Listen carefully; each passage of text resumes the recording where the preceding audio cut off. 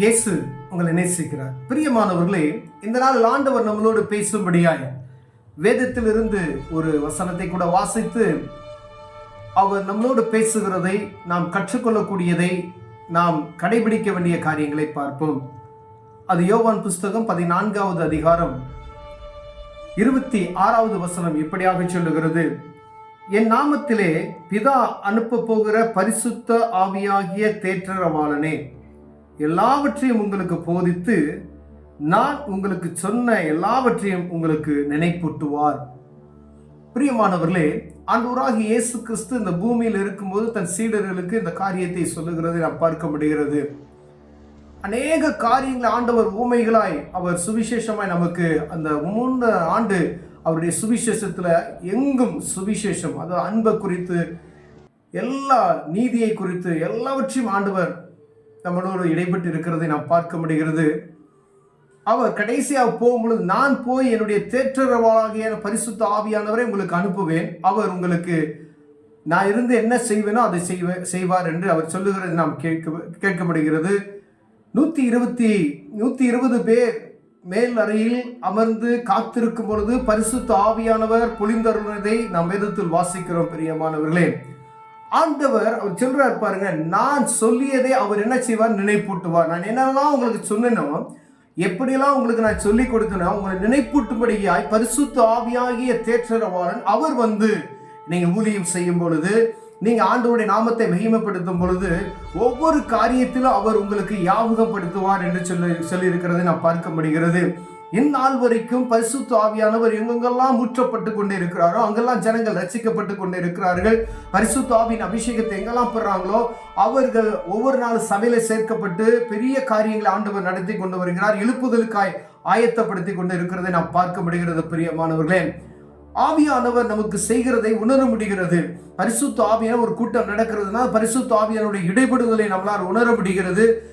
ஒரு கூட்டம் நடத்தினாலும் சரி, நீங்க தனிப்பட்ட பிரேயரை நீங்க நடத்தினாலும் சரி, ஆவியானவருடைய நடத்துதல் இல்லாதபடி நம்ம ஒன்றுமே செய்ய முடியாது. ஒருவேளை அது வெறுமையாகிவிடு. பிரியமானவர்களே, நீங்க ஒரு கூட்டத்தை நீங்க நடத்துவீர்களானால் அந்த கூட்டத்தை நடத்துகிறது ஆவியானவர் என்பதை நம்மளால புரிந்து கொள்ள முடியும். அப்ப ஆவியானவர் நடத்துறதுக்கும் நம்முடைய மாம்சமாய் நடத்துவதற்கும் அநேக வித்தியாசங்களை நாம் என்ன செய்ய முடிகிறது? பார்க்க முடிகிறது.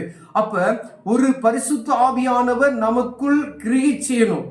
ஏன்னா காத்திருந்தவர்கள் 120 பேர், ஆனா அதுக்கு பின்பதாய் 3000, 5000 அப்படின்னு கோடிக்கணக்கான ஜனங்கள் பரிசுத்த ஆவியின் அபிஷேகத்தை பெற்றிருக்கிறார். உலகம் எங்கும் பெற்றிருக்கிறார்கள். அவர் ஒவ்வொருவரும் ஆண்டவருடைய நாமத்தை மகிமைப்படுத்துகிறார். சாதாரண ஒரு தனிப்பட்ட மனிதன் ஒரு ரோட்டில் நீங்க நடந்து போகும்போது நீங்க கீழே கல் தட்டி கீழே விழுகும் போது பரிசுத்த ஆவியான உங்களுக்கு உதவி செய்வார். எத்தனை பேர் நம்ம அனுபவிச்சிருக்கோம் அப்படின்னு சொல்ல முடியாது. ஏன்னா நான் அனுபவித்திருக்கிறேன். இப்போ ஒவ்வொரு விசுவாசியும் அனுபவிச்சிருப்பீங்க. நீங்க திடீர்னு கல் தட்டுகிற பரிசுத்த ஆவியை நமக்கு உணர்த்துறதை என்ன செய்ய முடியும்? பார்க்க முடியும். சில காரியங்களை ஆவியானவர் இப்படிதான் நடத்தணும்னு சொல்லுவாரு. அது நம்மளோட ஆவியானவர் இடைபடுகிறதை நாம் பார்க்க முடியும். அப்ப ஆண்டவர் சொல்லுகிறார், இந்த பரிசுத்த ஆவியாகிய தேற்றவாளனை நம்ம என்ன செய்யணும்? பெற்றிருக்க வேண்டும். கண்டிப்பா ஒருவேளை கர்த்தருடைய பிள்ளைகளாகிய கிறிஸ்தவர்களாகிய ஒவ்வொருவருக்கும் இந்த பரிசுத்த ஆவியானவர் முக்கியம் என்பதை அறிந்து கொள்ள வேண்டும். ஒருவேளை கிறிஸ்துவை அறிந்திருக்கலாம், நாம் பரிசுத்த ஆவியின் அபிஷேகத்தை பெற்றுக்கலாம இருக்கும். ஆனா பரிசுத்த ஆவியின் அபிஷேகத்தை 100% பெற்றிருக்க வேண்டும். பிரியமானவர்களே, ஒருவேளை பரிசுத்த ஆவியின் அபிஷேகத்தை பெறாதபடிக்கு ஒருவரும் பரலோக ராஜ்யத்துக்கு உள்ள நுழைய முடியாது. ஆண்டவர் என்னென்னலாம் நமக்கு சொல்லி கொடுத்தாரோ அவர் உங்களுக்கு நினைப்பூட்டுவார். அப்ப பரலோகத்திற்கு பரிசுத்த ஆவியின் அபிஷேகம் மிகவும் முக்கியமானது ஒன்று. ஒருவேளை பிதா குமாரன் பரிசுத்த ஆவியின் அந்த 3 நாமத்து நிமித்தமா ஞானஸ்தானம் எடுக்கணும், மூழ்கி ஞானஸ்தானம் எடுக்கணும். ஆவியானவரை நாம் பெற்றிருக்க வேண்டும், அபிஷேகம் பெற்றிருக்க வேண்டும். அபிஷேகம் இல்லாதபடியே ஒருவனும் எங்க செய்ய முடியாது? ஆண்டோடைய தரிசிக்க முடியாது, அங்க பரலோக ராஜ்யத்துக்கு உள்ள நுழைய முடியாது என்று வேதம் நமக்கு சொல்லிக் கொடுக்கிறது. ஆண்டவராக இயேசு கிறிஸ்து சொல்லுகிறார், நீங்கள் நான் என்னென்னலாம் உங்களுக்கு நான் சொல்லிக் கொடுத்தனோ ஆவியானவர் என்ன செய்வார்? நினைப்பூட்டுவார். நான் உங்களுக்கு என்னென்ன செய்ய சொல்லி கொடுத்தனோ நீங்கள் மறந்து போனாலும் பரிசுத்த ஆவியானவர் நீங்கள் நடத்தும் பொழுது, ஒரு கூட்டத்தை நடத்தும் பொழுது, குடும்பத்தை நடத்தும் பொழுது, வியாபாரத்தை நடத்தும் பொழுது ஆவியானவர் உங்களோடு இடைப்பட்டு இதைத்தான் செய்யணும், இப்படிதான் செய்யணும், நீங்க வழி தப்பி நடந்தாலும் சரி, ஒருவேளை தவறான காரியத்தை நீங்க ஈடுபட்டாலும் சரி, சொல்லி, இது தவறு, இதுதான் இப்படிதான் நடத்தணும்னு சொல்லி ஆவியானவர் நமக்கு கற்றுக் கொடுக்கிறதை நாம் உணர முடிகிறது. அதன்படி நடக்க வேண்டும் என்று ஆண்டவர் விரும்புகிறார். ஒருவேளை பரிசுத்த ஆவியானவருடைய நடத்துதல் இல்லாதபடி நம்ம குடும்பத்தையோ இல்ல வீட்டையோ வியாபாரத்தையோ இல்ல ஊழியத்தையோ இல்ல மற்ற எந்த ஒரு கூட்டத்தையோ நம்ம ஆயத்தப்படுத்த முடியாது.